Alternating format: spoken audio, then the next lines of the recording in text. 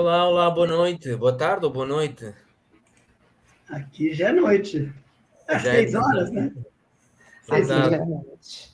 Boa noite. Uma alegria estar convosco, nosso querido amigo Rinaldo. Já somos veteranos destas palestras, não é, Rinaldo? Já desde quando começamos, que eu já não me lembro. Eu acho que já tem 3 anos isso tudo. Quase 3 anos, sim. E a nossa querida amiga Daniela, que nos acompanha hoje, nossa ilustre convidada. A Daniela, que nos fala desde Brasília e que foi nossa colega de formação também, jornalista, autora, palestrante, para além de, e muito importante, ser mãe de 3 adolescentes e esposa do seu grande Máximo, não é? Que é o nosso querido amigo também, que nos acompanha e que hoje vai participar connosco desta conversa, em que vamos falar de adolescentes em sofrimento e de alguma forma como podemos acolher e também dar-lhes autonomia. Nosso querido amigo Rinaldo, que nos fala do Rio, cidade maravilhosa, e que talvez em breve possamos estar juntos. Muito bem, vai ser um enorme prazer. Rio de Janeiro, de portas abertas a todos vocês. Muito grato novamente, Rinaldo, a ti e à Daniela, e passo se calhar um pouco agora a palavra para ti, e depois damos a oportunidade à nossa amiga Daniela para começar também. Tá certo, Marco. Obrigado. Uma alegria estar aqui com a Daniela, aqui com você. Já faz parte do nosso calendário bimensal. A cada 2 meses a gente encontrar um amigo, uma amiga, uma pessoa que a gente admira para trocar informações aqui, né? Então é sempre um momento de alegria, né? Estava comentando aqui nos bastidores, deu vontade também de fazer uma lembrança, fazer uma menção ao momento que nós aqui no Brasil estamos passando, em particular, né, eu e Daniela somos, nós três, Marco também, né, mas nós aqui no Brasil somos pais de adolescentes e estamos passando por um momento difícil aqui. As últimas 2 semanas tiveram mortes em locais onde a gente imagina que seja um lugar de muita vida, que são escolas, tanto uma escola pública quanto uma escola privada. Uma professora de 71 anos, depois 4 crianças, 3, 4, 5 anos. Então, me ocorre, antes da gente avançar na nossa conversa, na celebração da vida, que é sempre a tônica desses encontros, a gente fazer alguns poucos segundos de silêncio em homenagem à vítima, né, às vítimas e a todos nós, educadores e pais, que, de certa forma, aqui no Brasil, saímos feridos desses eventos. Então, só alguns segundinhos em silêncio, por favor.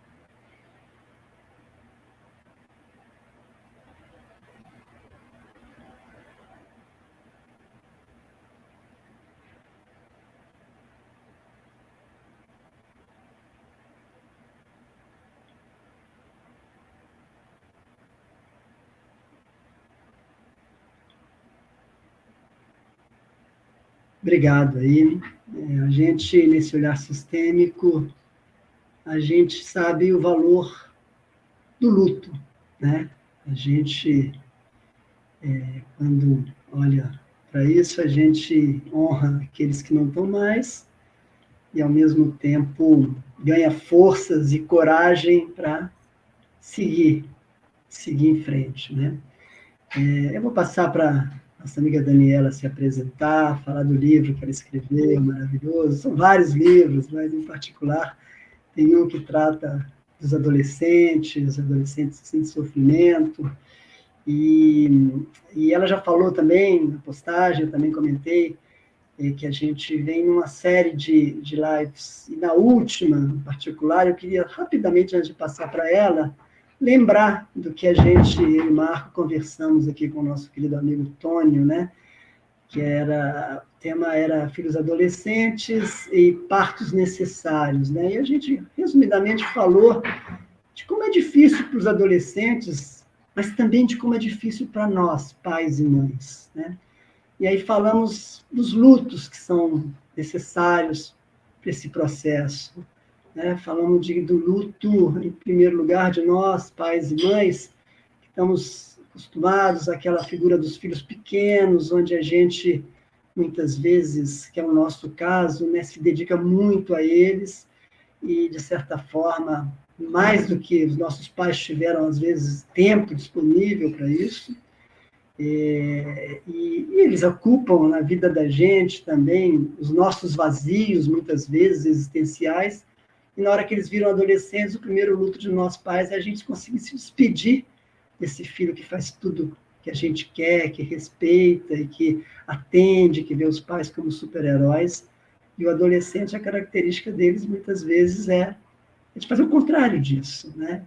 De forma saudável, se rebelar contra esse sistema que é da família, né? E a gente, então, se despedir dessa criança que nos ama incondicionalmente, né?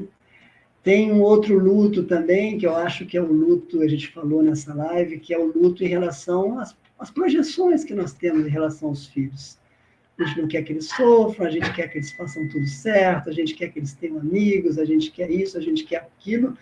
E no processo da adolescência, um dos partos necessários é a gente também abrir mão dessas expectativas que nós, pais e mães comprometidos com os nossos filhos têm, e nos despedirmos dessas projeções também não é fácil. E tem o terceiro luto, que é deles, que é da parte deles também, de que estão muito acostumados a, quando criança, terem muitos deveres, muitos direitos e muito poucos deveres.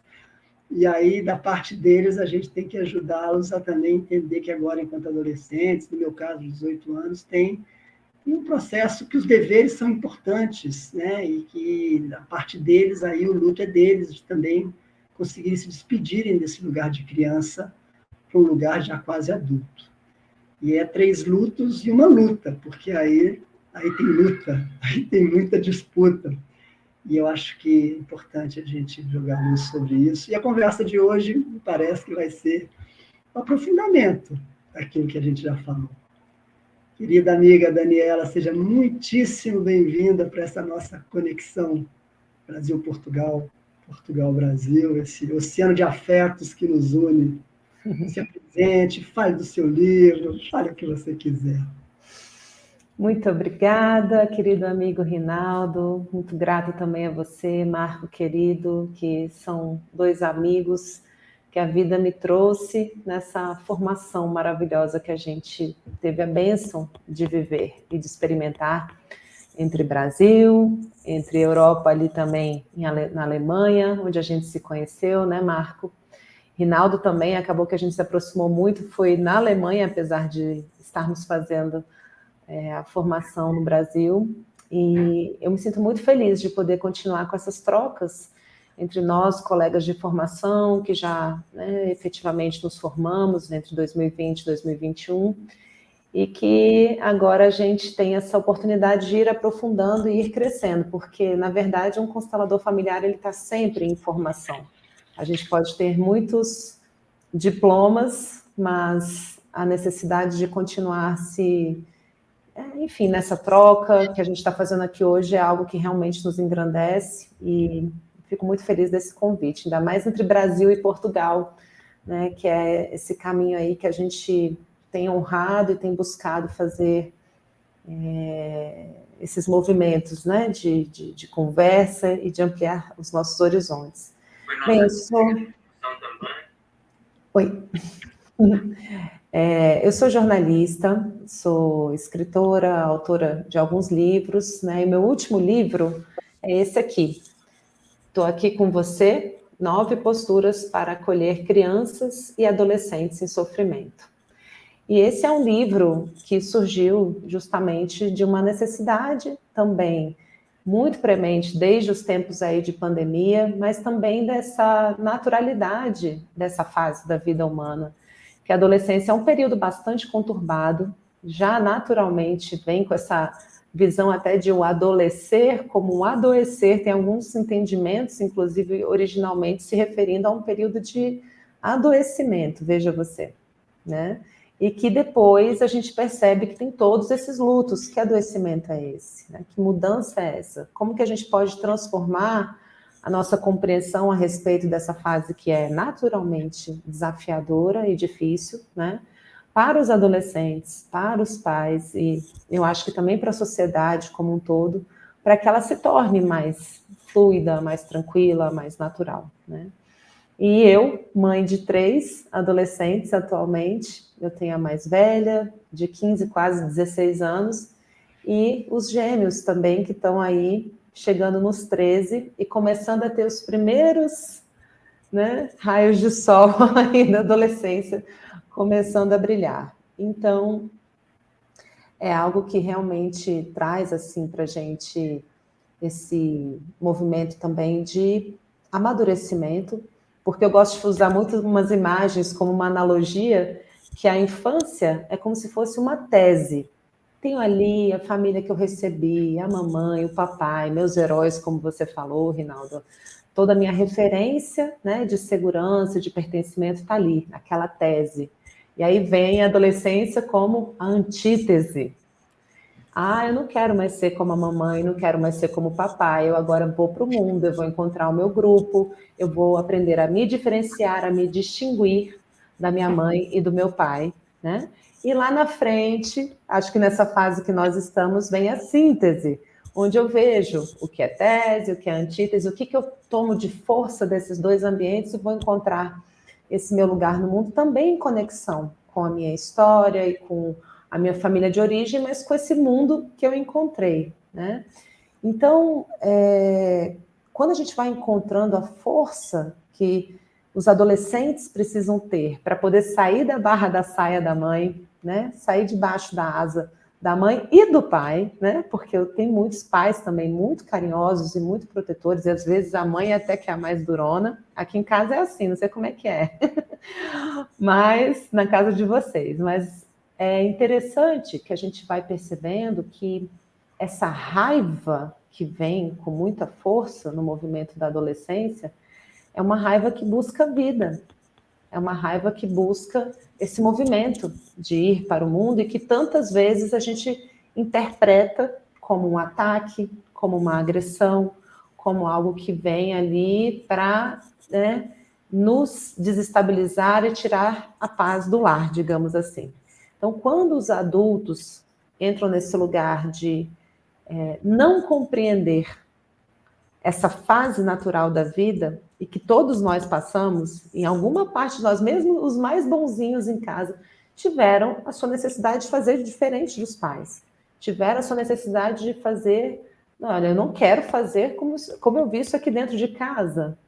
Então, tem algum nível de rebeldia, e alguns que são bem mais rebeldes, né? E quando nós, pais, não entendemos esse movimento natural da vida, a gente sai do nosso lugar de pais responsáveis, que não é que a gente é superior às crianças, mas que a gente é responsável por eles, né? Os adultos aqui somos nós. E aí a gente sai desse lugar e vem para cá, ó, e fica brigando. O nosso adolescente fica interior, ferido, fica batendo de frente com o adolescente filho, ou a nossa criança ferida vem para cá e fica se sentindo vitimada por esses processos do adolescer, né? E aí, nesses casos, acontece sim um desequilíbrio muito grande no lar. E isso é bastante notório já nas fases normais da vida. Imagina o que aconteceu na nossa sociedade no período da pandemia. Que na pandemia houve aí um recrudescimento do isolamento social. Essa fase da antítese foi totalmente interrompida, eles não podiam ir para a rua, eles não podiam ir encontrar o grupo, eles não podiam ir atrás, né, da sua família do mundo, digamos assim, e se viram fechados dentro de casa. Então, isso aumentou muito os níveis de ansiedade, de pânico, de depressão, processos de automutilação, ideações suicidas, entre outros sintomas muito delicados. E a gente observou essa onda enorme chegando de algo que já acontece com uma certa constância entre adolescentes, mas nos nossos tempos modernos. Lembrando que isso aqui, gente, foi inventado em 2008. Antes de 2008, a gente não tinha smartphone, né? Então, tudo isso teve um impacto nessa geração que algumas vezes nós adultos nos referimos até como geração Nutella, né? E, na verdade, eu não sei se a nossa geração passou pelo nível de desafios e sofrimentos que a dos nossos filhos está passando. Que é lidar e administrar esse tanto de acesso à informação, é lidar com uma pandemia como a que vivemos e atualmente com esses níveis, né, de violência tão aumentados no planeta como um todo, essa dualidade que tem acontecido, essas polarizações em todos os países, não só no Brasil, mas isso vem acontecendo de forma notória na Europa e nos Estados Unidos também. Então, são tempos de muito sofrimento, né? E o livro trata especialmente de posturas que auxiliam os pais a lidarem com os filhos quando eles estão nesses processos de adoecimento psíquico. Mas não só pais, eu tenho feito também treinamentos para professores e profissionais de saúde mental que queiram trabalhar em si. Esse é um livro para adultos, não é um livro para crianças e adolescentes, mas para que os adultos possam experimentar essas 9 posturas, não como uma receitinha pronta, mas como uma experiência para que cada um, no seu viver, na sua individualidade, na sua própria forma, possa ampliar seus recursos para lidar com esses quadros.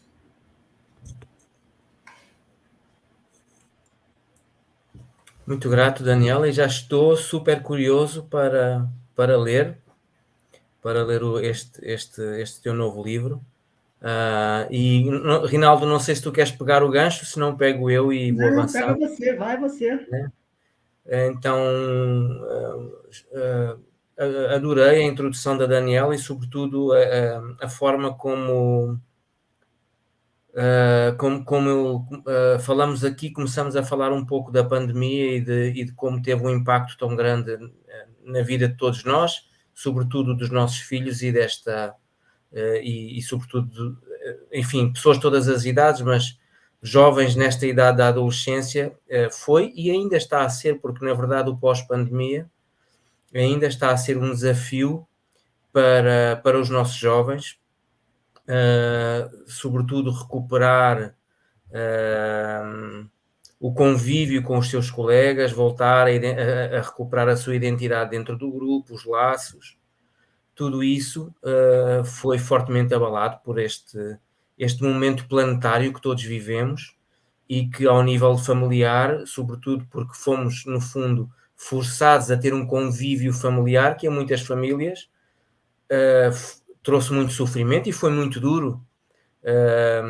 Eu imagino que no Brasil foi igual, porque os exemplos e a realidade que eu conheço de Portugal, que é um país tão pequeno, são tão fortes, não é? E tão visíveis num país tão grande como o Brasil, certamente que terá sido numa escala muitíssimo maior. E o facto de não termos estado privados tanto tempo da nossa liberdade, porque no fundo também tem muito a ver com isso, não é?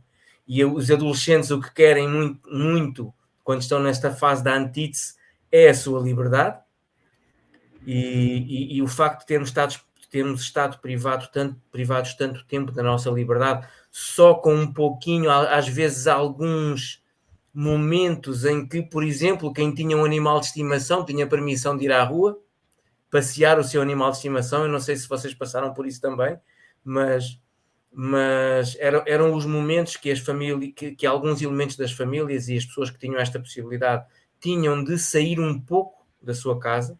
Mas, enfim, voltando à questão da privação da liberdade, isso trouxe-nos alguns desafios que, do ponto de vista familiar, nos obrigaram a ter uma grande dose de resiliência. E, sobretudo, se eu, enquanto adulto e enquanto pai, estou no meu lar com a minha esposa ou não, mas sobretudo com os meus filhos, e tenho esse meu adolescente interior ferido ainda muito presente na minha vida, o desafio torna-se ainda maior. E, portanto, ter essa capacidade de olhar para mim em primeiro lugar e procurar dar espaço a esse meu adolescente interior e procurar cuidar dele o quanto antes, isso dá-me ferramentas e recursos para eu poder então ter uma relação, poder estar numa posição de dar um acolhimento aos meus filhos, aos meus jovens adolescentes que vivem comigo, e de alguma forma alguma orientação e permitir que o convívio familiar possa existir, claro, dentro dos constrangimentos que todos nós conhecemos e que sabemos e que vivemos durante a pandemia. No meu caso, eu também sou pai de três, o orgulhoso pai de três jovens. A minha filha já é uma mulher adulta, vai fazer 23 anos este ano, e muito autónoma, e também foi, por um lado, interessante, por outro lado, desafiante ver a forma como ela lidou com as restrições, porque, sobretudo, numa fase da vida dela em que estava em plena fase final do seu percurso universitário e numa fase em que precisava de realizar trabalho de campo, porque tinha relatórios para entregar e tinha trabalhos que precisava de apresentar, e de um momento para o outro ficou privada dessa liberdade que lhe permitia concluir o seu trabalho. E isso foi uma fonte de grande frustração para ela, e foi algo com que foi necessário lidar e dar-lhe o acolhimento e o apoio necessário para ela conseguir passar essa fase, transitar essa fase, sem perder o ânimo. Eu já falei nisto noutras ocasiões, mas é um exemplo que é muito vívido ainda, e numa determinada ocasião que estávamos em família depois de uma refeição, a nossa filha ficou connosco na mesa, e isso é raro. Ela normalmente, quando terminamos a refeição, cada um vai fazer as suas coisas. Ela ficou connosco na mesa e a certa altura algumas lágrimas caíram. Eu olhei para a mãe olhou para mim, e ficámos a pensar, bom, o que se passa? E então perguntamos, filha, então o que se passa? Podes falar à vontade, que sabes que o pai e a mãe nós estamos aqui para te apoiar. Então ela explicou que estava a passar por um momento difícil, sobretudo relacionado com a faculdade, e que sentia que não estava a conseguir cumprir os objetivos que ela tinha, e sobretudo também um aspecto muito importante, a expectativa que ela sentia que nós tínhamos em relação àquilo que era o percurso dela, não é? A imagem que ela tinha dessa expectativa, e então daí essas lágrimas.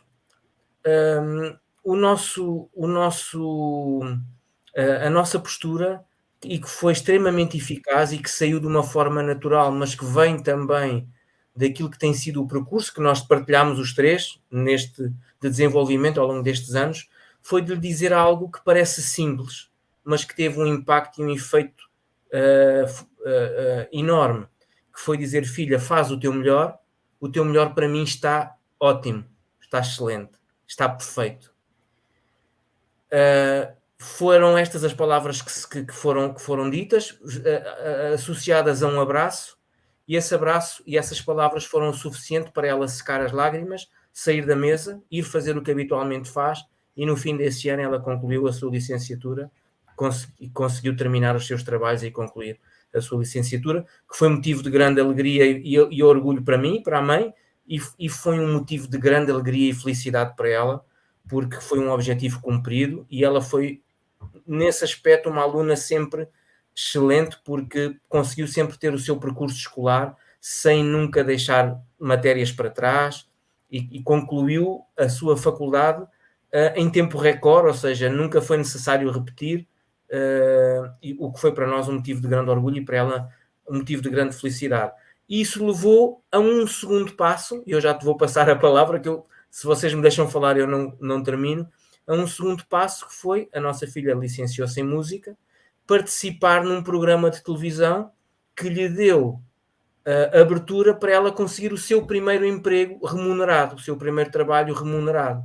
Ou seja, tudo isto levou a um conjunto de situações que lhe permitiram sair para a vida e para o mundo com sucesso, ancorada e fortalecida por aquilo que foi a capacidade que os pais tiveram de lhe dar o acolhimento necessário para que ela pudesse, então, fortalecida, avançar e chegar a uma fase que, claro, naturalmente, ela ainda vive connosco e espero que viva sempre o tempo que ela quiser, mas ganhar autonomia e ser, neste momento, financeiramente independente, que é muito bom, pelo menos para mim, enquanto pai, ver um filho fazer o seu percurso e ir para a vida, abraçar a sua profissão e conseguir ter o retorno financeiro para, por exemplo, não precisar de pedir ao pai algo, sei lá, tão simples como encher o depósito do carro ou querer ir ao teatro ou ao cinema com os amigos e estar dependentes de nós. Foi um luto que para mim foi fácil de viver, porque eu olho para ela, eu nem falo, se vocês sabem que às vezes falar estraga, não é? Eu nem falo, mas só observo e fico com uma alegria interior que eu nem vos consigo contar, vendo a sua capacidade, a sua autonomia e, sobretudo, a alegria com que ela vive este momento. Vou passar a palavra agora à Daniela, porque se eu continuar, vou continuando, terminamos o nosso tempo. Acho que agora era o Rinaldo, né, Rinaldo? Quer comentar o que eu falei? Rinaldo, então, é isso. Peço desculpa. Vou falar aqui um pouquinho. Eu gosto dessas discussões, inclusive pelos pontos em comum e por algumas questões que eu vou colocar aqui que eu acho que vão, talvez, enriquecer esse debate, né? Quando a gente pensou nesse tema, adolescentes em sofrimento, acolhimento e autonomia, eu fico muito, muito interessado nessa segunda parte, da autonomia, né? Porque, de fato, o número de adolescentes em sofrimento está absurdamente alto, e às vezes, cada caso tem a sua especificidade, mas eu vejo também, levanto a hipótese de que talvez parte do sofrimento dos adolescentes atuais possa ser porque as nossas gerações de pais, que tivemos um enorme cuidado de cuidar os nossos filhos e acolher os nossos filhos, tivemos muito menos filhos do que os nossos pais, tivemos uma preocupação de zelar por eles, e tivemos sempre, eu digo isso claramente para as mulheres, mas mesmo homens, né? Como eu tenho amigos que sempre estiveram interessados em acolher os seus filhos, em participar da criação e tudo. E eu vejo que assim, né, a forma amorosa de lidar com os adolescentes, na minha opinião, tem a ver com contenção. Contenção imaginando que são duas partes. Tem um lado da contenção que é esse mesmo do acolhimento. Eu estou aqui, não importa o que você faça, não importa as atrapalhadas que você faça, eu estarei sempre aqui te acolhendo. Esse é um lado, eu acho que é o lado que a gente mais tradicionalmente observa, é o lado que tem a ver com esse olhar um pouco, puxa vida, os nossos adolescentes passaram por uma pandemia, como é difícil com o celular, como é isso, como é aquilo. Mas tem um outro lado da contenção, que eu acho que, às vezes, é onde nossa geração tem mais dificuldade, que é no dar limite, que eu acho que isso é tão importante quanto o acolhimento. Né? A gente pensar em termos de porque nós estamos falando o acolhimento é o lugar do amor, é o lugar da paz, é o lugar do carinho, e esse é um lugar fundamental, a gente sabe disso, e isso tem que estar presente. Mas quem são os adolescentes hoje? Né? Qual é essa geração Z? Né? As pessoas que nasceram a partir de 95 e que já nasceram tendo um celular na mão, né? porque um celular ou um aparelho eletrônico na mão, eles têm muita informação disponível, eles têm essa coisa da metamorfose ambulância, eles vivem intensamente o momento, são multitarefas, querem fazer tudo, e, por consequência, também se acham, e isso faz parte, é um pouco consequência do acolhimento, é um pouco consequência, inclusive saudável, no momento da adolescência, que é assim, eu sei o que é isso, eu tenho razão. Em alguns casos, é uma postura quase que prepotente e arrogante, porque, de fato, eles têm tudo na mão, né? Então, nessas horas, muitas das vezes, quando a gente estabelece o não, que é o outro lado dessa contenção, qual a reação desses adolescentes? Normalmente, é uma reação de muita dureza, de dizer, como não? Como não?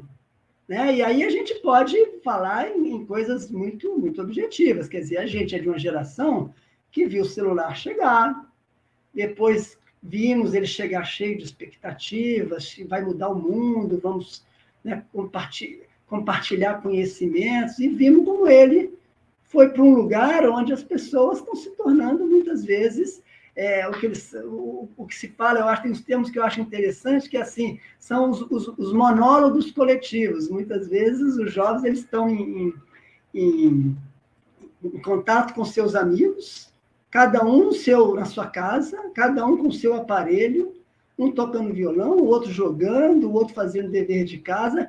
Eles se sentem pertencendo a uma comunidade, mas não conversam mais.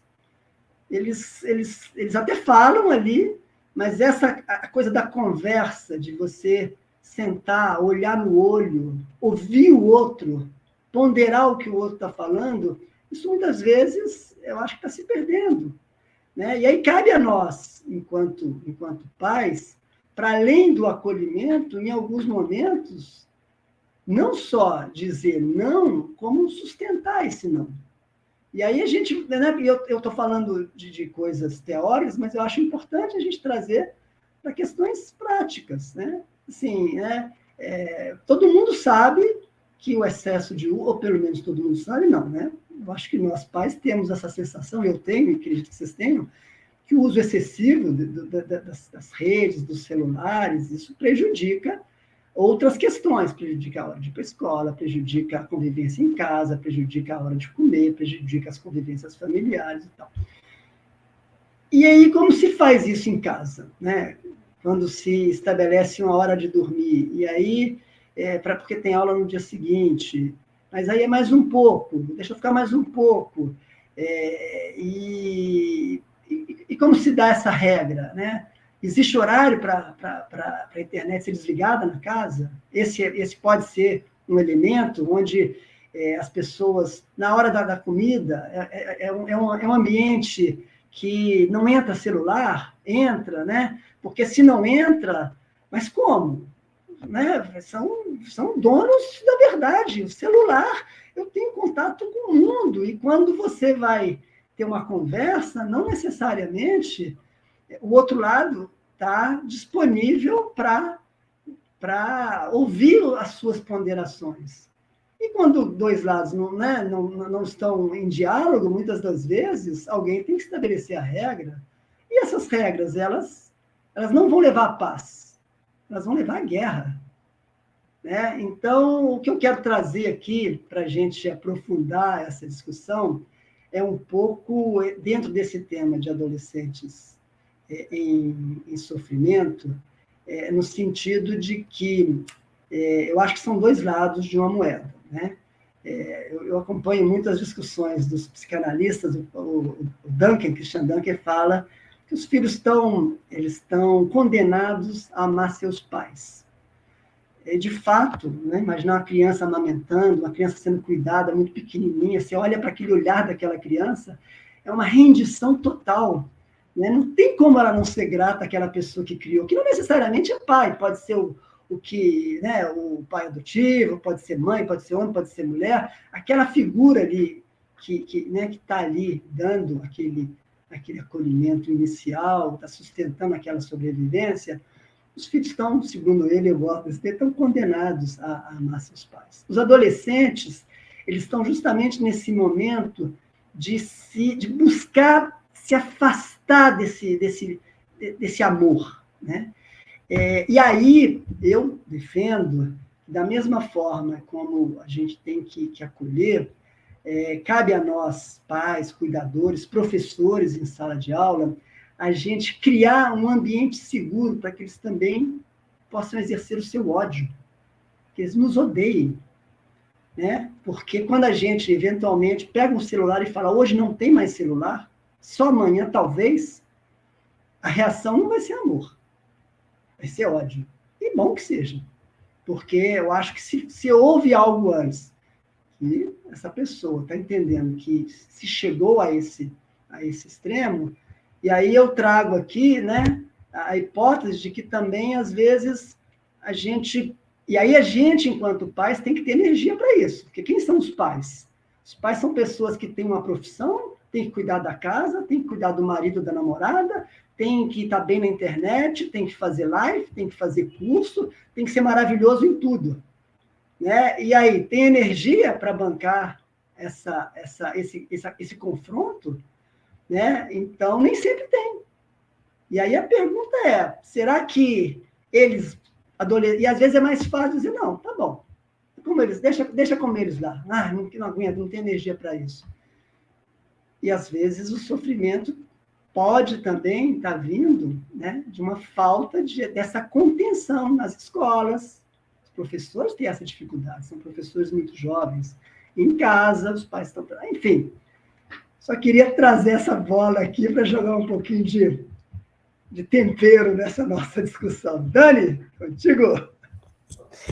Olha, Rinaldo, o que você está falando é o desafio da adolescência, né, para todos nós. Agora, quando a gente fala de adolescentes em sofrimento psíquico intenso, e aí eu não estou falando do adolescente comum, saudável, não. Eu estou falando do adolescente que está mesmo com processo de automutilação acontecendo, com ideações suicidas, com processo de depressão, perdendo peso, não conseguindo ir para a escola. Isso que você está falando fica ainda mais complexo, porque os pais se tornam reféns dessa situação. Eu não posso colocar limites, senão ele vai se cortar mais. Se eu colocar limites, ele pode se matar. Se eu colocar limites, ele vai deprimir mais. Então, é um caso, né? A gente sabe que tanto crianças quanto adolescentes se sentem mais seguros quando eles têm esses contornos dos limites bem estabelecidos. Pode ficar com raiva à vontade, né? Aquela história, eu não quero ser amada por você, eu quero ter o seu respeito, eu quero que você entenda quais são as regras aqui da casa, né? E o amor vai vir depois lá na síntese, né? Mas por enquanto as coisas estão assim. Então, primeiro, a mãe e o pai terem numa situação normal de temperatura e pressão que já é puxada na adolescência, e terem essa capacidade de não se sentir dependente desse amor, de querer ser aprovado por esse filho e de querer ter a amizade, o companheirismo como se fosse de igual para igual, né? E vira o companheiro, às vezes quando tem pais separados, vira o marido e a mulher da mamãe e do papai com quem ele está convivendo. Enfim, a gente sabe que existem situações muito complexas e muito delicadas em que acontece essa situação. E o que acontece com os filhos nesse caso? Eles ficam desprotegidos, eles ficam sem contornos, sem limites, é como se rolasse ali uma insegurança intensa, porque ele precisa daquela visão clara de até onde ir, o que fazer, né? Então, muitas vezes a gente percebe esse filho se sentindo acolhido pelo limite. O limite é um acolhimento. Olha que interessante. Isso que eu queria trazer para você também, Rinaldo, para você perceber que os pais, ao colocar limites, eles estão acolhendo também, né? Agora, como eu coloco esses limites? Como eu comunico? Como que eu converso? Como que eu falo? né? Como que eu consigo trazer essa interação dentro de casa? Mas, hoje, assim, como a nossa proposta é falar especificamente desses adolescentes em processo de sofrimento intenso, eu queria muito fazer esse recorte para a gente seguir a live de agora em diante, para falar com esses pais que estão com essas situações dentro de casa, porque são muitos. E a gente ainda está vivendo um momento de violência nas escolas, em que está havendo um sentimento de insegurança e desproteção ainda maior, né? E a gente está ouvindo mais e mais pessoas trazendo esses relatos, né, de automutilação e situações muito delicadas. E aí, o que eu percebi como consteladora familiar também, em alguns casos que eu acompanhei, também com sofrimento psíquico que os meus filhos passaram durante a pandemia, né, inclusive, às vezes, um deles com um processo que foi mais intenso e que eu tive que passar por todos esses estágios dentro de mim, né? É muito interessante a gente observar nesses casos que o que a gente fala nas constelações familiares de movimento interrompido, do filho em direção à mãe ou do filho em direção ao pai, ele se apresenta com mais força algumas vezes nessa fase da adolescência. Ou ali, a partir dos 9 anos de idade, quando começa a raiar a pré-adolescência ali, isso pode antecipar. Muitas vezes com 9 anos isso acontece. Em que vem aqueles assuntos que não ficaram bem concluídos ali da infância, às vezes situações de bullying, às vezes situações de quando vieram irmãos mais velhos, ou do adoecimento da mãe, ou do adoecimento do pai, ou de uma separação, né? Ou de uma situação como essa que a gente viveu da pandemia, enfim, essas situações que são maiores do que nós e que elas pagam assim, elas cobram um preço ali na frente. Então, quando isso se dá, a gente percebe que o adolescente, algumas vezes, ele está preso na infância, nesse movimento interrompido, nesse trauma. E aí, essas posturas que eu trago aqui no livro, elas tratam, são 9 posturas, né? Então, eu dividi elas em 3 fases. A primeira fase sendo uma fase desse acolhimento incondicional. A primeira frase diz assim: meu filho, agora eu estou aqui com você. Eu sinto muito pelo seu sofrimento. Essa é a primeira frase. E veja que interessante, quando eu falo, agora eu estou aqui com você, o que eu estou dizendo não é que eu não estava antes, mas que agora, nesse momento, eu estou te chamando para o momento presente, eu estou me conectando com você, nessa fase que está sendo vivida nesse momento, né? E eu consigo estar ainda mais presente, porque muitas vezes os filhos, e a gente ouve muito a Angélica Olveira falar isso, que quando as coisas não estão bem na escola, quando as coisas não estão tranquilas e a criança está sempre, né, em conflito no colégio, muitas vezes é porque está chamando a atenção do lar, está chamando a atenção ali da mamãe e do papai, porque algo ali não vai bem. Às vezes a mãe e o pai estão com um movimento inconsciente em direção à morte, né? E o filho diz, eu estou aqui, olha para mim, eu estou aqui, né? E isso vai se refletir no colégio também. Então, são questões que vêm de uma dor. E muitas vezes, como que nós, pais, reagimos quando isso acontece? Normalmente começa pela negação e por me desfazer do sintoma do filho. Ah, meu filho, deixa de ser Nutella, deixa de ser, né? Você não sabe o que eu passei, a sua geração tem tudo, vocês têm acesso a tudo, vocês não sabem, para a gente era tudo muito mais difícil, eu sou raiz, existe uma fala que desqualifica o sofrimento, né? Ou então dizer, melhora logo, anda, bora, levanta dessa cama, vamos nessa. Você está deprimido, vamos, bora, né? Então, no começo vem essa negação muito grande.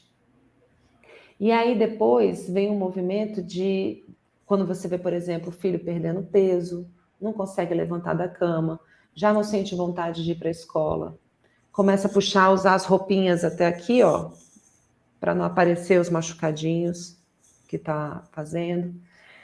Então, não dorme bem, não come bem, e aí você começa a ver que realmente né, tá ficando complicada a situação.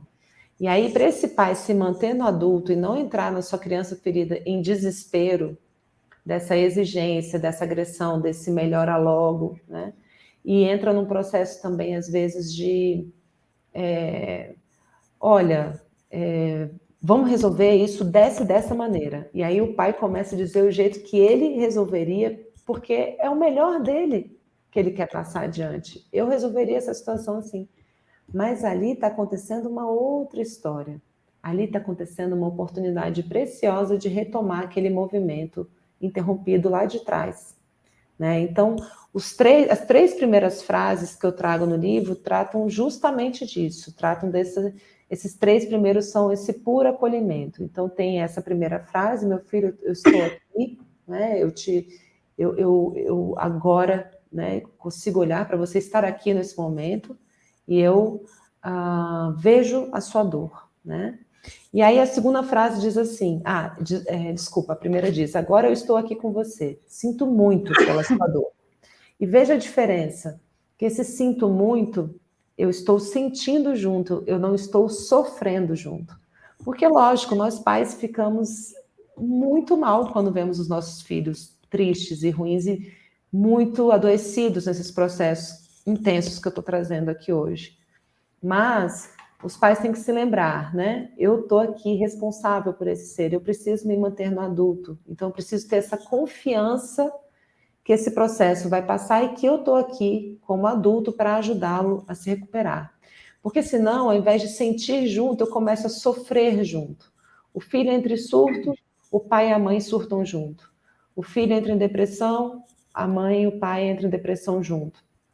E aí esse filho fica desguarnecido. Então, esse livro inteiro eu construí trabalhando também a criança interior dos pais, para que eles tenham essa percepção de que eles precisam procurar ajuda. Muitas vezes esses casos precisam de acompanhamento psicológico, algumas vezes psiquiátrico, e muitas outras vezes psicopedagógico, para que as coisas lá na escola estejam acompanhando esse ritmo, né?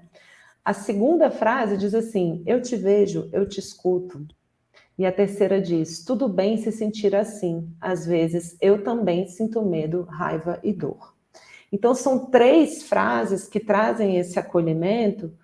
E quando eu digo para o meu filho, tudo bem se sentir assim, eu também tenho medo às vezes. A gente teve muita essa aula com o Joel, né? O Joel trazia muito isso para a gente. Se o filho está com medo, diga: eu também sinto medo às vezes. E isso não é sair da hierarquia do grande, é se colocar como humano, junto, solidário, empático, né?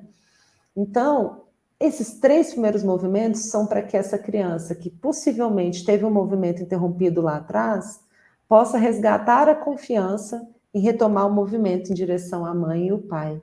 Então, aquilo que está se configurando como uma grande crise difícil se torna uma grande oportunidade de viver essa reconexão em família, né?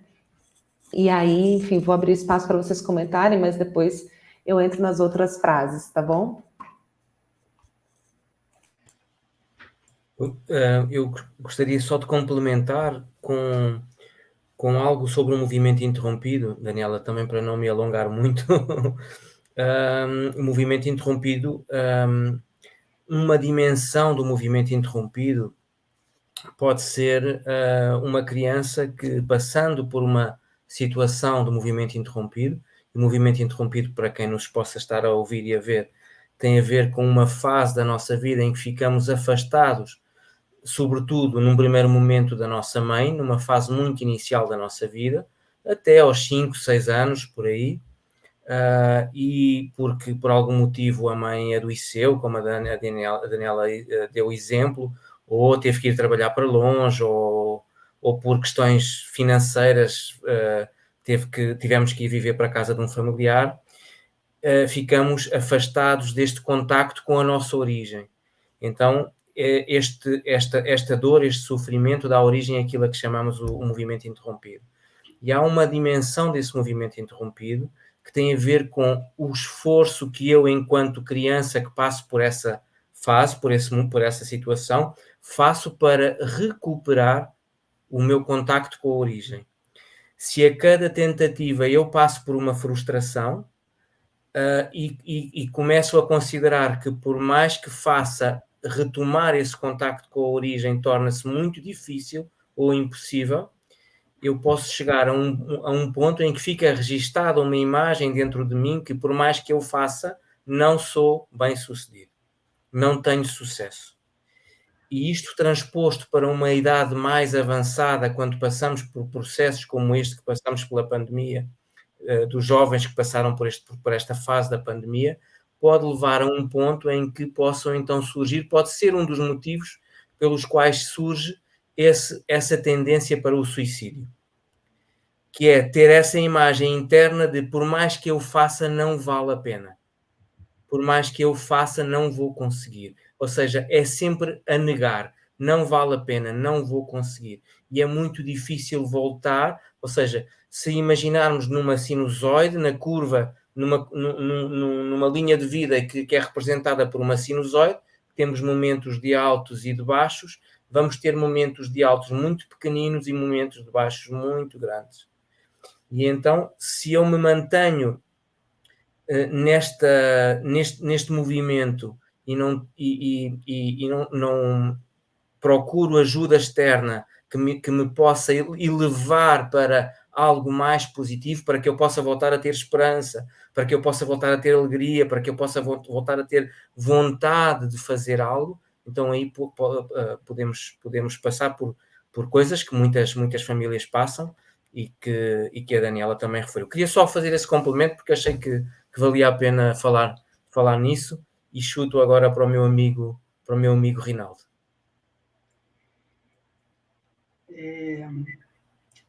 Eu tenho esse trabalho nas escolas públicas aqui do Rio, né? Eu e Daniela fomos a Portugal juntos lançar os nossos livros lá em Lisboa. E nesse trabalho, uma das escolas adolescentes, 15 a 18 anos, 14 a 18 anos, e a gente trabalha bastante, grupos que se cortam, assim, né? É muito frequente nas escolas isso, né? E faço esse trabalho através do projeto Girassol, as demandas chegam e eu me lembro de uma turma de 9º ano que o tema era esse, as meninas se cortavam, depressão, suicídio, e a gente, na ocasião, sempre em roda, fazia dinâmicas na linha do que Daniela falou, né? Mas o que eu acho importante colocar aqui, e a gente sempre falava lá, é assim, quando a gente se coloca no lugar de quem está com esse tipo de sofrimento, quais são as atitudes possíveis e como essa pessoa percebe essa atitude. Então, aquela atitude que a Daniela falou, né, daquele pai que desqualifica, é uma atitude antipática, que também acontece nas escolas. O professor que desqualifica, o colega que desqualifica, a gente trabalha muito em grupo de apoio, né, entre os adolescentes, olhar uns para os outros, ver uns aos outros, identificar quem está ali meio fora do contexto, né, e qual a postura a fazer. Então, a gente fala, o antipático é esse, é o que desqualifica. O simpático, ou a simpática, é aquela pessoa que vê o adolescente nesse quadro de sofrimento e vai lá, e chama para ir para a praia, e sai dessa, não fica assim não, e tal. Também não resolve muito, né? Porque não está conseguindo entender o que aquela pessoa está vivendo. E a pessoa não quer ir para a praia, a pessoa não quer ir para a balada, ela está... Né, e tem o olhar empático, né, que você percebe que a pessoa está ali, talvez você possa se aproximar, pedir para ficar ali ao lado, e aí, como a Daniela falou, você fala assim, olha, estou vendo você triste aí, eu também, às vezes, fico assim mesmo. Posso ficar aqui um pouquinho e tal... E, às vezes, você se conecta com essa pessoa, e a pessoa ali permite ou não também, se não permitir, tem que respeitar. Né? Agora, eu também converso muito aí com os professores que uma postura que não é boa é essa postura da pena. Né? E aí eu não estou dizendo que é fácil, voltando aí para os pais, né? Voltando para uma situação de você ver um filho seu nessa situação, A tendência muito grande é da gente ir para esse lugar de desespero, né? Muitas vezes da pena, né? De que, nossa, ela vai fazer algo, né? E aí, de novo, se colocando no lugar dessa pessoa é a pior postura, né? Que a gente fala muito, né? Porque a gente não confia na capacidade que a pessoa tem de viver esse drama, né? E isso ir até a beira do abismo, mas tem uma força ali que faz parte desse processo e vai sair disso, né? Agora, por isso essa fala, né? Os pais reféns, né?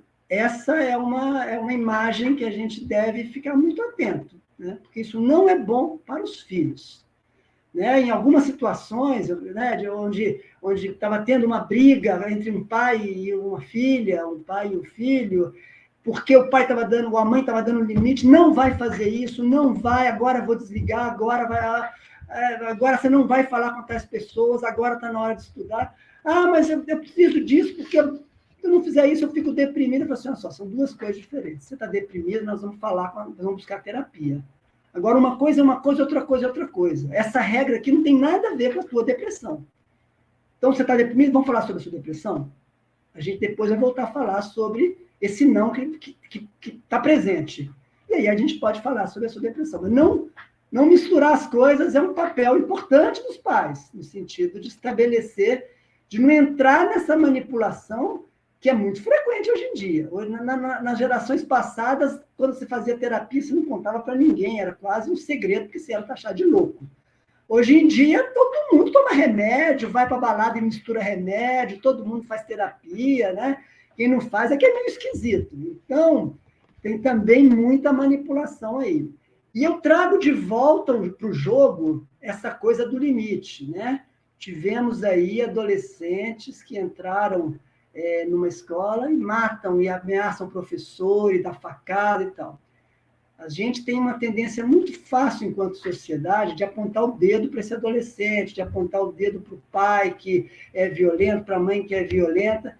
E eu pergunto, esse adolescente, ele não está em sofrimento? Ele não está tão em sofrimento, talvez tão em sofrimento quanto aquele que fala que quer se matar ou que quer se cortar? Né?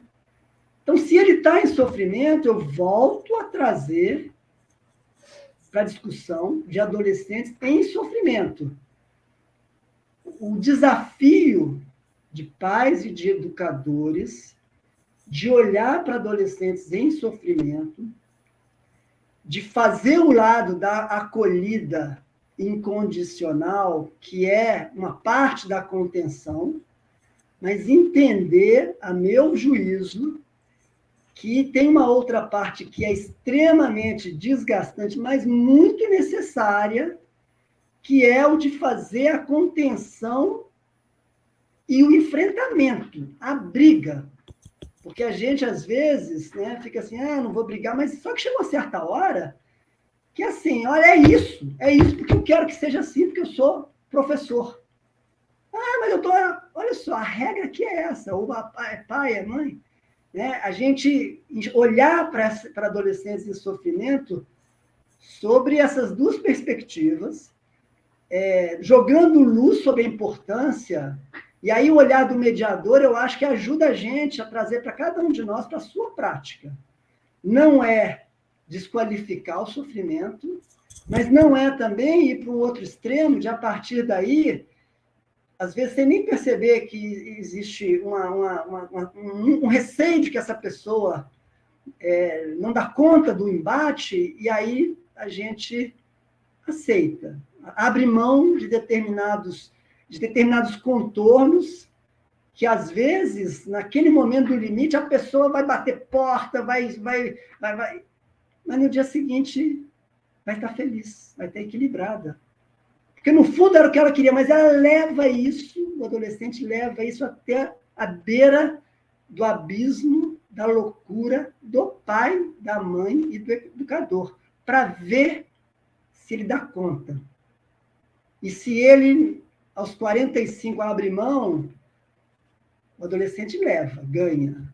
mas para a saúde mental dele, eu não sei se isso foi melhor, ou se isso, às vezes, não foi uma oportunidade perdida para oferecer para ele algo que era necessário. Isso demanda dos pais uma coragem, e dos professores, uma coragem que nem sempre é vista.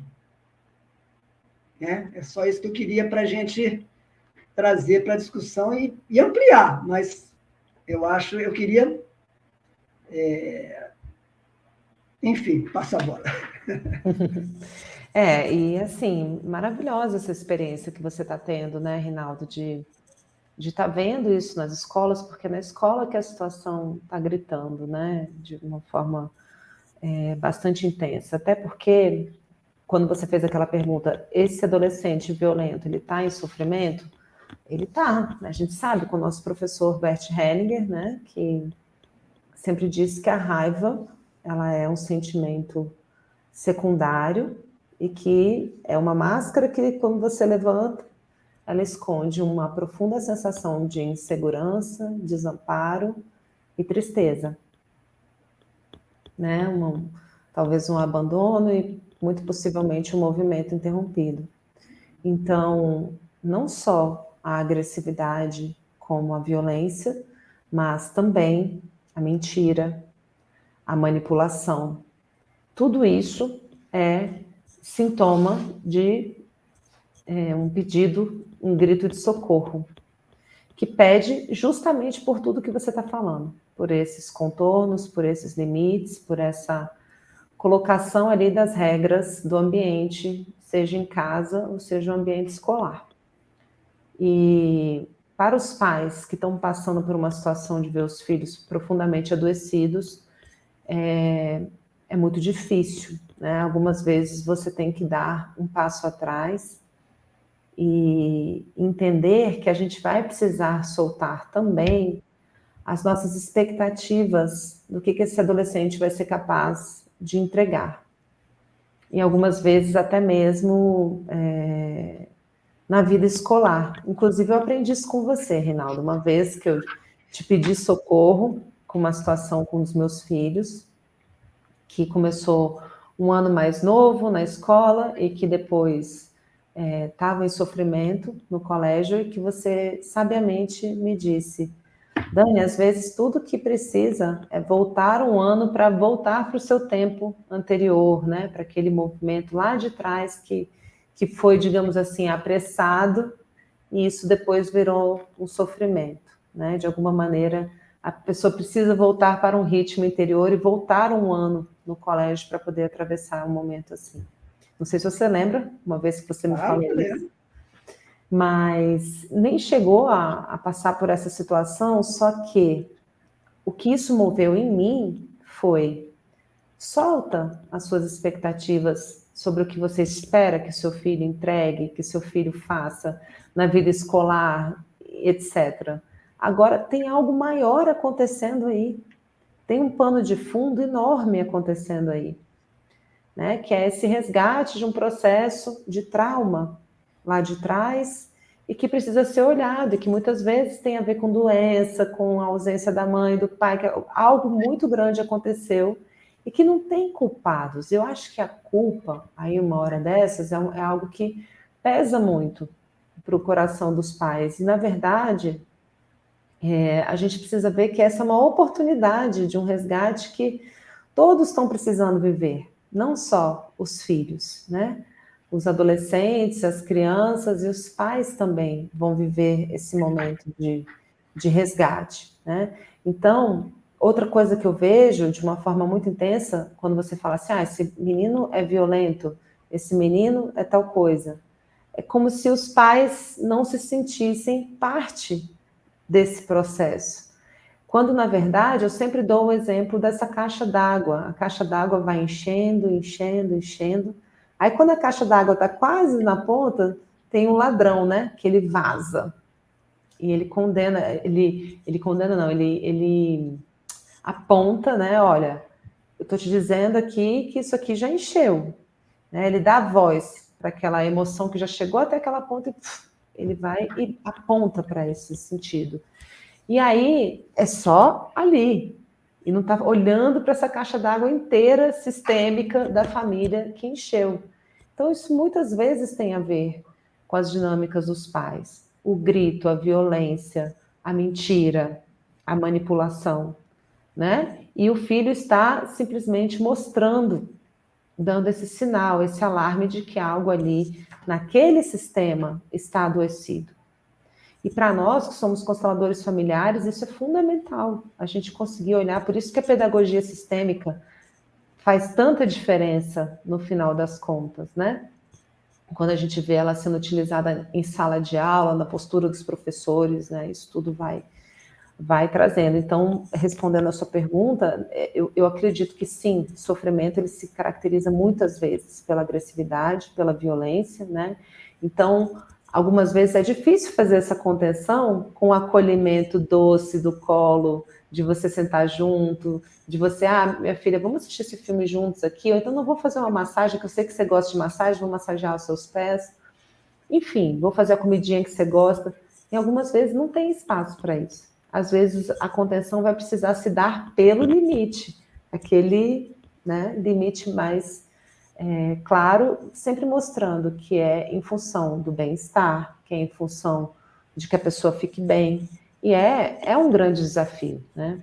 Eu queria continuar aqui nas frases, que elas trazem esse movimento seguinte para o que você pergunta também, que eu já comecei aqui falando, que as 3 primeiras são de acolhimento. As 3 seguintes, das 9, elas são de proposição. Do acolhimento à autonomia, eu vou buscando ali uma capacitação, sabe? Onde, primeiro, eu falo, estamos juntos para lidar com esses sentimentos, que é justamente a visão dos pais mostrarem que é sistêmico, que é algo familiar o que está acontecendo ali, que é uma oportunidade da gente estar lidando juntos. Então, do acolhimento, eu estou começando a chegar na autonomia, mas mostrando que eu estou junto, que não vai passar por isso sozinho, que ele tem alguém ali do lado que é adulto, que é responsável, auxiliando e ancorando esse processo, né? E aí começa o raiar aí da autonomia. Tenho muito orgulho de você. Você consegue. Que é aquele momento em que a gente começa a olhar para o copo cheio. Sempre tem. Às vezes a gente fica querendo que os filhos resolvam as situações do jeito que a gente resolveria, como a gente faria, e na verdade eles têm às vezes outras soluções. Eu comecei a perceber aqui em casa um movimento muito grande voltado para o mundo oriental. Os animes, o K-pop, enfim, tem vários outros, né, aspectos que eles fazem aí de... Um começou a falar japonês, né? Uma vez eu perguntei para minha filha assim, eu falei, filha, por que você gosta tanto do K-pop? O que isso traz para você? Porque uma parte de mim ficava pensando, poxa, mas você não está conseguindo lidar com os problemas, está indo para esse lugar, o que ela está buscando aí, né? E aí teve uma hora que ela me respondeu, o K-pop me traz refrescância, ele me traz vida, me traz alegria. E aí eu fiquei pensando, bom, ela tem em casa 2 pais super circunspectos, filosóficos e sérios e que lidam com o sofrimento humano, e ela está buscando o quê? Refrescância, leveza, alegria para o sistema. Não que a gente não seja alegre, mas algo ali daquela necessidade, não só nosso, mas também das nossas famílias de origem, minha e do pai dela, que grita por essa refrescância.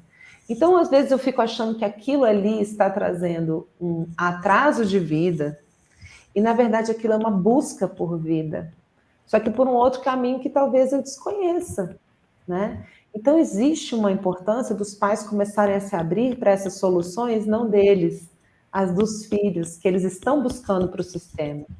E isso tudo, né, quando você diz assim, eu tenho muito orgulho de você, você consegue, você está começando a se conectar com essa confiança que o filho vai encontrar a própria autonomia, não a que eu quero que ele tenha ou a que eu acho que ele deva ter pelo meu caminho, né? E aí vem a 6ª frase, que fecha esse segundo grupo de 3 frases, que é assim, de que forma você imagina resolver isso, que não é a minha, mas que eu estou abrindo para a solução do outro. E isso é criar autonomia. E não é aquela velha autonomia que a nossa geração viveu, que os pais falaram, vai lá, se vira, né? E faz a coisa acontecer. E é também um pouco disso, mas nesse caso dos adolescentes em sofrimento, é um reconectar com essa confiança, com essa capacitação e com essa... Eu estou aqui com você, nós vamos lidar juntos com isso, eu tenho muito orgulho, você consegue. Então tem um período ali de uma reconexão que eu já consegui conquistar nas 3 primeiras frases desse acolhimento. O movimento interrompido, ele voltou a se reconectar, mas eu preciso voltar para essa capacitação da autonomia, entende? Aí, depois eu encerro aqui com as últimas 3, mas eu queria trazer um pouco esse aspecto de a gente conseguir amadurecer e abrir mão das próprias soluções como pais, sabe? Bom, parece que é a minha vez de pegar na bola, não é? E vou procurar ser breve. Foi muito interessante a vossa colocação, sobretudo, Rinaldo, quando reforçou a questão dos limites, e agora estas 3 últimas frases que comentaste, Daniela. E eu, sobretudo, pensei em algumas dimensões da vida, e neste caso da minha vida, porque é mais fácil, não é? E sobretudo a parte profissional, naturalmente, que tu comentaste também algo sobre a pedagogia sistémica, e é curioso que eu estudei pedagogia sistémica e a psicologia sistémica também no CUDEC, e acabou por ser o maior benefício. É óbvio que isso também, depois, do ponto de vista profissional, é muito útil, mas o maior benefício veio na forma em como me ajudou a mudar a minha postura, em primeiro lugar, no meu lar. E o que a partir daí foram os benefícios que daí surgiram. Ajudou-me muito, e porque eu comentei no início que tenho 3 filhos, e os 2 mais novos estão precisamente no auge da adolescência, 14, 15 anos, e então, se por um lado eu divirto-me muito a observá-los, não é? A observá-los e a ver como se comportam e como interagem connosco, em casa, também com a restante família, e depois também com os seus próprios amigos. Por outro lado, também faço uso daquele pequeno truque que o Berto nos falava e que nós já sabemos, porque é experiência de vida, não é? Que tem a ver com colocar o limite, mas depois virar as costas e sorrir, a imaginar que eles vão encontrar alguma forma também, claro, dentro de um determinado contexto, vão encontrar alguma forma de passar um pouco o limite, ou seja, cumprir, mas cumprir ali em cima da linha, não é? E terem a ousadia, porque essa ousadia também é fundamental para o desenvolvimento, de ir um pouco além e de alguma forma conseguir fazer aquilo ou ter a postura que o limite implica, mas também procurar experimentar, ir um pouco mais além, e essa fase neste momento é uma fase muito interessante e que eu estou a viver com muita... que é um desafio, não é? Nós termos a capacidade de colocar esse limite de uma forma saudável e saber qual é o momento em que precisamos de alguma forma reforçar esse limite, é uma palavra que eu não gosto muito, mas impor esse limite a partir do nosso lugar de adulto, porque por vezes é mesmo necessário e temos que o fazer, sabendo, como o próprio Rinaldo já referiu, que se no momento pode ser motivo de uma grande discussão ou de uma guerra, entre aspas, no dia seguinte pode dar origem a uma sensação de maior paz e alegria. Rinaldo, passo a bola para ti. Eu hoje vou assumir o meu lado rebelde, de me contrapor aí às visões, porque eu acho que a gente tem, inclusive na visão, uma compreensão um pouco diferente da visão sistêmica, assim, o meu olhar da visão sistêmica, e rebeldia no sentido que eu vejo a gente falando muito dessa coisa Daniela falou, né? Os filhos e suas soluções. Os pais têm que estar atentos às soluções dos filhos, os pais têm que abrir mão das expectativas. Concordo. Agora, também, eu estou 2 anos morando, meu filho veio morar comigo, já estamos no 3º ano juntos aqui, né? Então, é claro que mais importante do que regras, eu acho que é a gente olhar para as pessoas, né? Enxergar qual é o movimento daquela pessoa que está ali com a gente. Porque eu percebo que dentro dessa lógica mais tradicional, a gente está sempre buscando o sorriso, a gente está sempre buscando a paz, a gente está sempre buscando o amor. E dentro desse processo da despedida do adolescente de um lugar de criança, de um lugar da família, para ir para a vida, eu acho que é necessário, às vezes, e com muita frequência, você viver esse afastamento e essa despedida, não com riso, mas com raiva, né? A raiva, ela tem o valor dela, né? E a gente, às vezes, gosta de tentar fazer um atalho e fugir dela, mas... então, por exemplo, vou tentar trazer aqui para uma coisa da prática, né? Que é assim, né? Os filhos e suas soluções, né?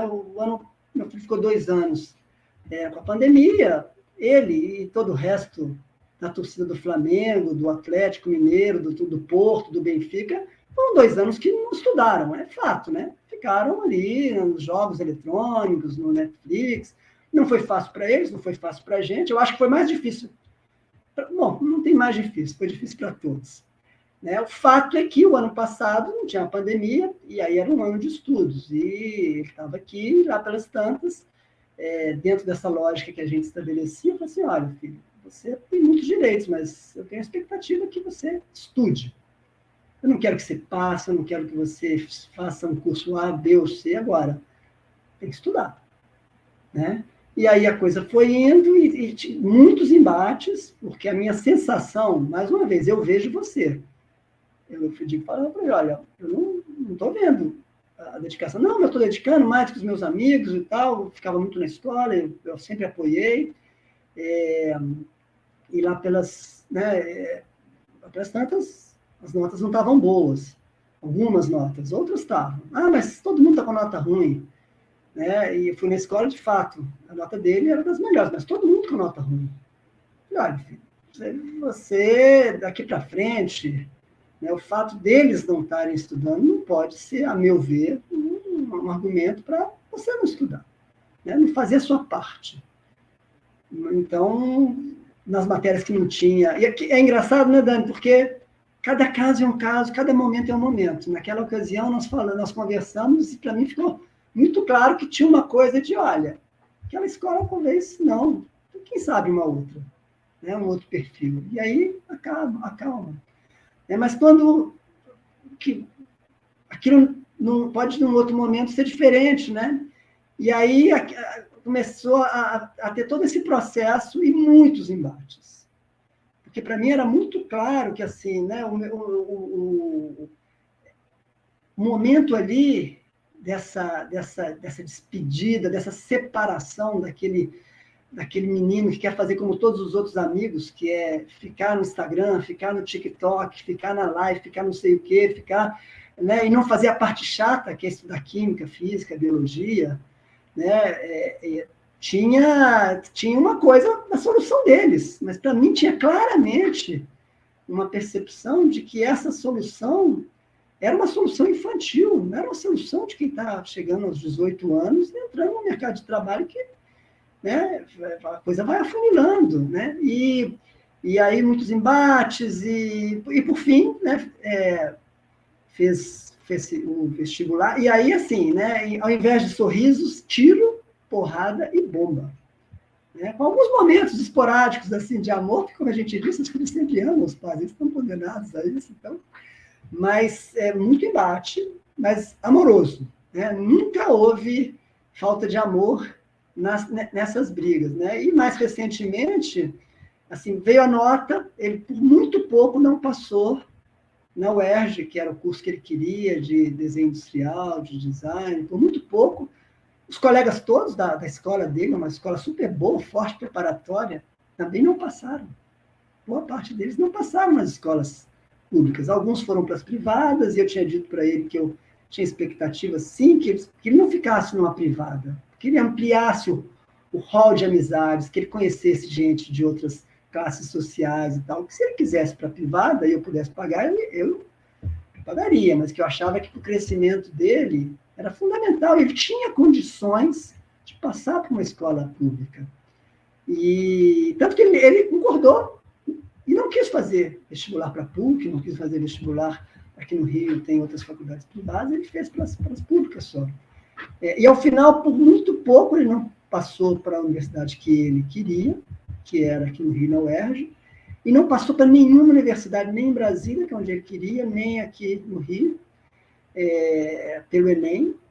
E aí a sinalização de início, bom, vou ficar um ano estudando, mais uma vez, tentar de novo, eu e a mãe dele, sempre aliados, falou assim, olha, a gente entende que para você, depois de um ano estudando, e ele estudou, eu sou testemunha que dentro das possibilidades dele, ele estudou muito, mais do que os amigos até, não foi suficiente, mas estudou.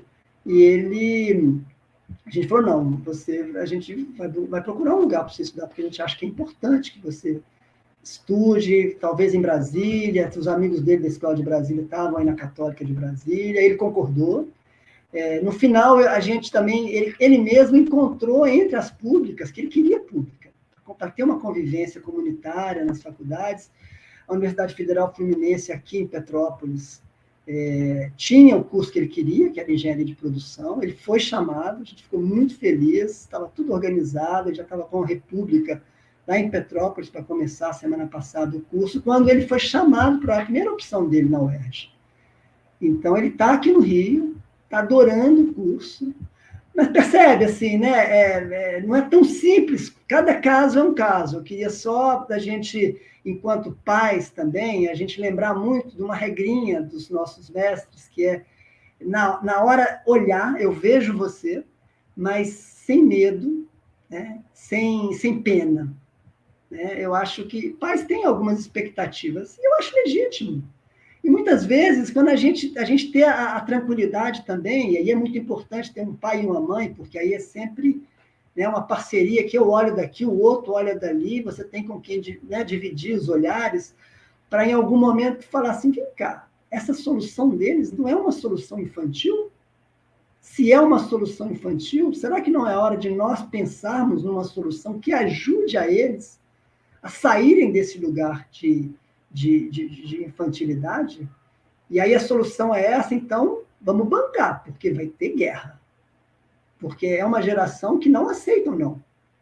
Eles têm muitos argumentos, e tem essa coisa da saúde mental, cada caso é um caso, mas eu não queria deixar de trazer para cá né, esse olhar de que tem o acolhimento, sim, mas tem um outro lugar que é um acolhimento, mas é um acolhimento do não, que é um acolhimento que eu acho que é importante nós pais, nós educadores, nós enquanto sociedade, olharmos para isso, porque a gente vem de gerações passadas que o limite era muito autoritário, e, a meu ver, parece que a gente foi para um outro extremo, que é só o acolhimento, que é um certo receio de dizer não será a sua solução. Não agora. A solução agora será a dos pais. Então, se você tiver o seu dinheiro, aí você vai ter a sua solução. Agora, a solução não é a sua. E a gente entendendo com coragem, porque é disso que a sociedade precisa de todos nós. Daniela, contigo. Bom, eu acho que a gente está falando sobre... Isso é interessante, porque quem for assistir essa live vai ter as duas perspectivas, né? De famílias onde tem, digamos assim, espaços de manobra para, como você disse, guerra, bomba, eu não consigo repetir, mas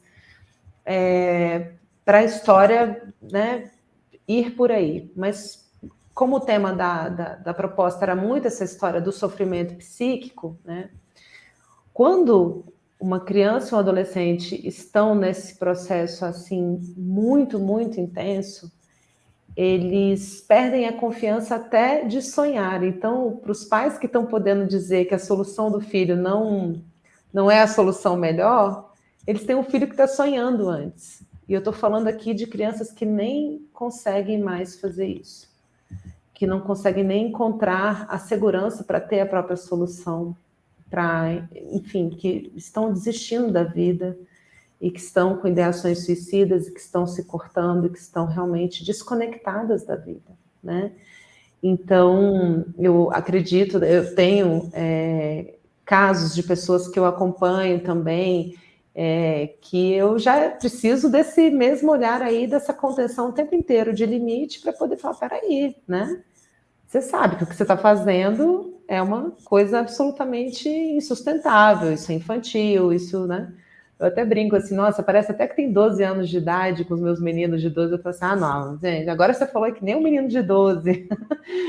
Que, no fato, né, eles são, e a gente tem que estar ali para ajudar e falar assim, cara, não vai dar muito certo por aí, mas a gente também não pode rechaçar a um ponto tal, né, de invalidar completamente as soluções deles, porque é aquilo que o Bert dizia, né, a gente tem que deixar eles sonharem, a gente tem que deixar eles terem as suas próprias soluções, porque senão essa contenção, ela vira um abraço de ferro, ela vira um casulo que não se abre, ela sufoca, ela impõe de um jeito tal, né? Então é um luxo esse pai que está tendo a chance de poder levar para esse nível de briga, porque para muitas famílias a história antes, ela parou ali atrás, ela está num movimento interrompido de muita fraqueza, de muita desconexão com a vida, e a gente está vendo muitos e muitos casos assim,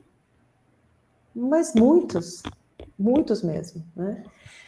Então, dentro daquelas frases que eu estava dizendo para vocês, que as 3 primeiras acolhem, as 3 seguintes capacitam e vão reconectando com a autonomia, as últimas 3 são justamente a celebração desse contato com a vida. Eu vou estar ficando feliz desse filho estar sonhando de novo, sabe? Desse filho poder ter voz de novo, poder ter energia de novo, né? Que são frases que dizem, nossa, agora você já sabe fazer, você encontrou a sua solução.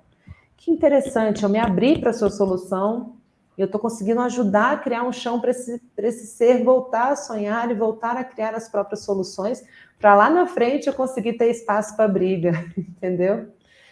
E aí vem essa reconexão com o sonho, e sonhar o que te faz, o que te traz alegria.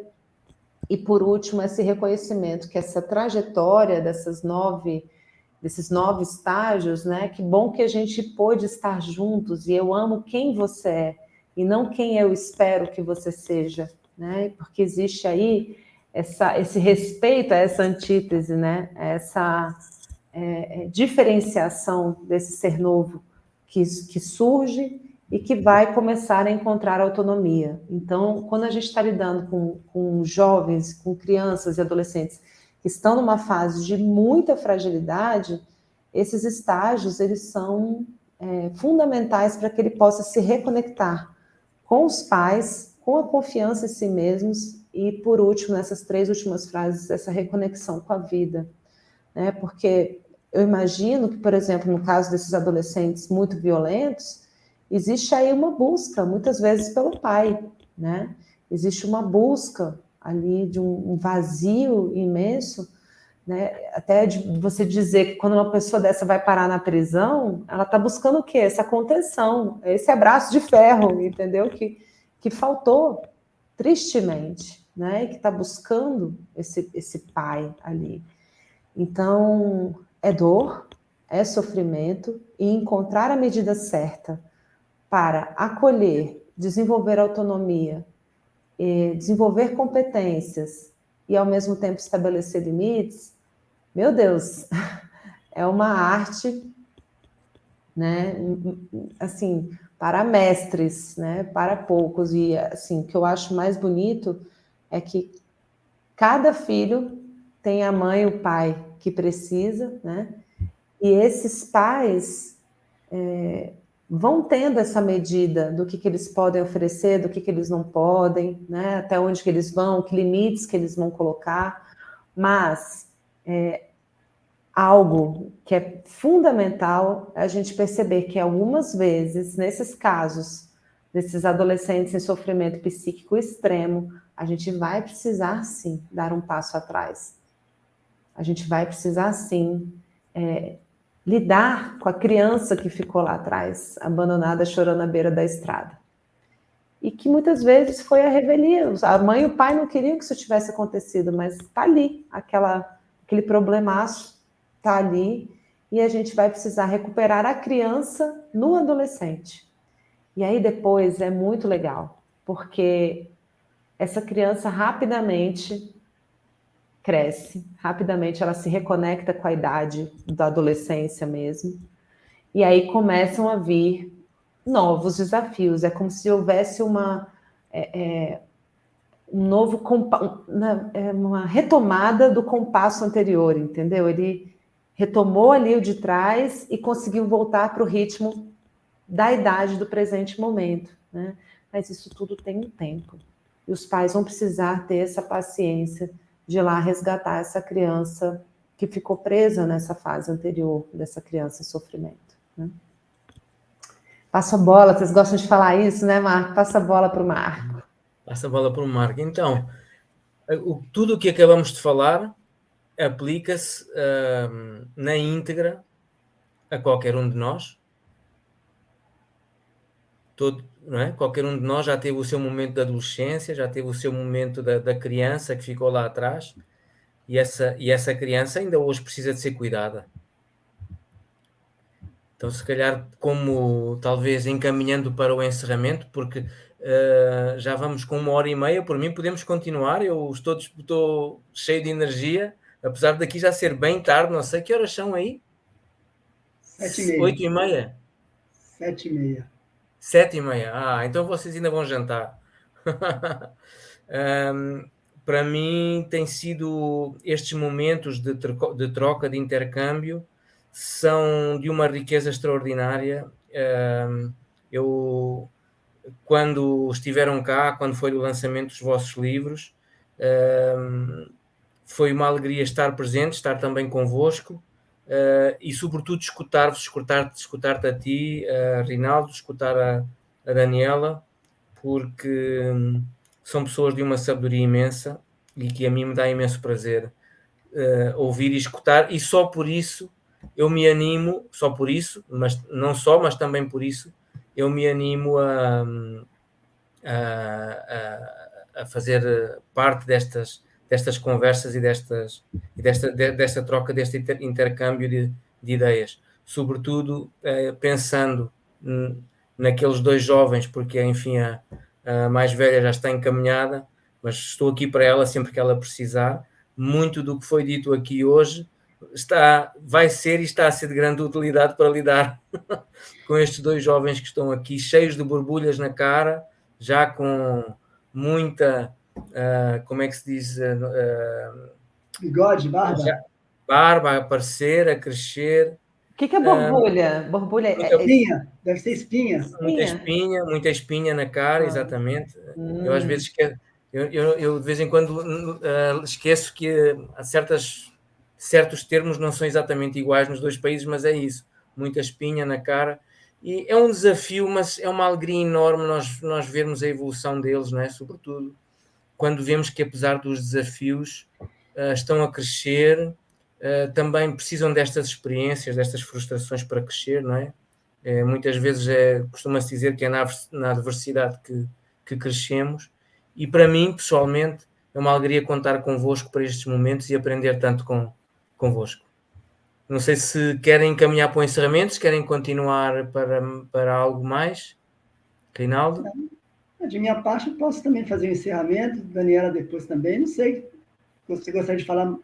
Bom, deixa eu falar um pouquinho aqui também, já encaminhando para o final, né? Eu acho que sempre muito bom estarmos juntos aqui. Eu como canceriano, né? Quando eu digo tiro, porrada e bomba, que eu comentei lá, né? É uma busca desse desse lugar de... Primeiro, né, não há nenhum espaço para agressão, nenhum espaço para, na relação entre adultos e adolescentes, né, só deixando claro que não se trata de nada que seja violento. Por outro lado, eu acho que tem uma... E para mim tem sido um grande aprendizado. Eu falei na última live, né, muitas vezes a gente perde quando ganha, enquanto pai. Aquela situação ali que a gente está num embate, tá bom, é isso, né? Vai ser do seu jeito, né? Por outro lado, como a gente, a meu ver, tem essa preocupação com o acolhimento, com o ser amoroso, o canceriano ele tem muito isso, né? Ele é um signo do afeto, né? A gente tem que ficar atento para não entender, para buscar perceber que, principalmente com adolescentes, de maneira amorosa, o que talvez eles precisem, até porque é uma questão do amadurecimento neurológico deles, né? Às vezes a gente, enquanto pai, com as nossas expectativas, enquanto mães, enquanto até educadores, a gente tem uma expectativa que os adolescentes, eles tenham atitudes que para nós adultos parece óbvia, mas você vai ver, até 25 anos, os neurônios estão se formando ainda. Então, tem um pedaço ali que é em processo mesmo, né? Por outro lado, a gente, em casa, me parece importante, de famílias que são muito amorosas e muito acolhedoras, a gente dá a eles a oportunidade e também o dever de contribuir com a manutenção, né, da casa. Então, estamos falando de, olha, hoje você vai no mercado, toma a lista aqui. Ah, mas eu não sei comprar. Não, problema não, compre lá do seu jeito. Mesmo que compre tudo estragado, eu acho que é isso. Tem que ir lá. A louça, por que a louça não anda lavada? Ah, tem empregado? Não, mas então nós temos uma regra aqui. Agora todo mundo vai lavar a louça, né? E a gente também dá o exemplo. Quando eu digo tiro, porrada e bomba, é na regra que é mais conflituosa, que é no uso das redes sociais, da internet, no ambiente de casa. Ali sim é guerra. Quando a gente entende que tem um uso excessivo e quer estabelecer um espaço que isso seja regulado, né? Me pergunto se, mesmo para adolescentes em sofrimento, essas regras não seriam um esforço rumo ao crescimento e ao amadurecimento e ao desenvolvimento, né? Mas quando a gente... Aí também tem a ver com a gente dar o exemplo, né? Da gente tirar, a partir de um certo momento, né? E aí, aqui em casa, a gente faz isso, né? Eu falo com ele, olha, a gente aqui, internet, a partir de uma certa hora da noite, até para dormir bem, não pego mais meu celular. E não pego mesmo. Não vejo televisão, é o momento que eu vou ler um livro, que eu vou... Ele não precisa de fazer isso, né? Mas, a partir de um certo momento, a internet fica desligada. Porque determinados jogos, determinadas coisas, ele não consegue fazer no celular. E é uma mensagem de que, olha, a casa aqui é minha, é nossa, mas é mais minha. Né? Então, com todo o amor do mundo, eu quero que assim seja. Né? E quando eu digo tiro, porrada e bomba, esse é o contexto exatamente onde as piores guerras são travadas. E a gente, enquanto pais amorosos e acolhedores, eu quero crer que é um desafio para a gente também, né? De dar o tamanho adequado para essa coisa maravilhosa que é a internet, que são as redes sociais, que são os nossos trabalhos, os nossos conteúdos que estão disponíveis na rede, mas para a gente abrir espaço para conversa, ou para o silêncio, também não precisa de conversar. Nós vamos sentar na mesa sem celular, não tem conversa, está tudo certo, a gente passa o jantar inteiro em silêncio. Né? A gente não tem conversa, mas tem silêncio. E eu acho que é um esforço A gente vai aprendendo, não tem receita, para mim e eu aprendo muitíssimo na relação com os adolescentes, em particular um adolescente que eu tenho aqui em casa e que é maravilhoso. Eu realmente sou muito grato à vida por me oferecer essa possibilidade. E eu brinquei com ele, poxa, eu ia dar uma festa aqui, porque estava indo para Petrópolis, né? Vou ter minha casa sozinho de novo, agora você mais 4, não vou dar uma festa, porque agora você vai estar aqui mais 4 anos. E dei a festa, meus amigos vieram aqui, a gente ensaiou, tocou até tarde, porque eu estou muito feliz com a presença dele aqui e com mais essa temporada aqui de amores e menos conflitos, mas vão haver conflitos e a gente não vai se eximir de fazê-los, né? Acertando às vezes, errando às vezes. Eu diria que para nós pais, já encerrando a minha fala aqui, talvez uma grande... A gente fica sempre preocupado com os adolescentes, coitados deles. Eu tenho um olhar também muito empático para nós pais e mães e educadores, né? De que a gente faz o que dá conta. A gente acerta hoje, erra amanhã, às vezes é muito firme e duro num determinado limite, outras vezes é pouco firme nesse limite, e está tudo certo. A gente está tentando, a gente está buscando talvez um caminho intermediário aí entre o acolhimento, que é o sim, e essa separação, que é o não, né? E a gente, então, ter esse olhar também para nós, que estamos aí na caminhada. Muitíssimo obrigado pelas trocas. Parabéns aí para a nossa amiga Daniela por essa obra, esse livro que eu também quero ver. Dani, contigo. Eu quero te dar parabéns, né? Primeiro pelo filhão aí que passou na faculdade, né? Que filhos fazem aniversários, que vivem grandes conquistas, eu sempre parabenizo os pais junto, né? Então, parabéns, Rinaldo, você e a mãe dele também, que eu não sei o nome, mas, enfim, fica aí o registro, né, aos 3, o parabéns.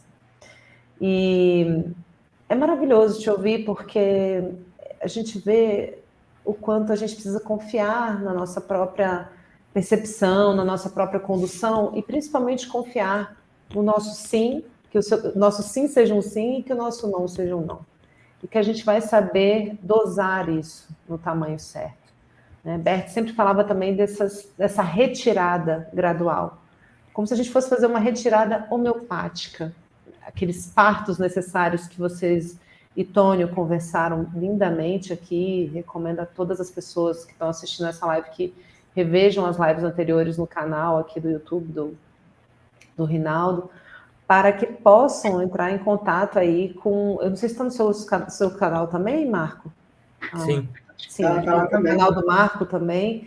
Enfim, então que vocês possam ver esse movimento, que não é fácil a gente ir se retirando, né? Porque mãe, então, é aquela maré cheia, né? A lua cheia, e aí você aprender a ser maré baixa e se retirar, não é brincadeira. Eu tenho conseguido fazer isso aqui com o Máximo, né, de dar mais e mais espaço para ele nessa fase de adolescência, e eu descansar e falar, não, venha com seu pai, né? Então vou deixar o tiro, porrada e bomba com o pai, porque é tão melhor, mas assim, é um aprendizado difícil de soltar, né, para a mulher, que ela é muito leoa, ela vai, quer proteger, né, e quer...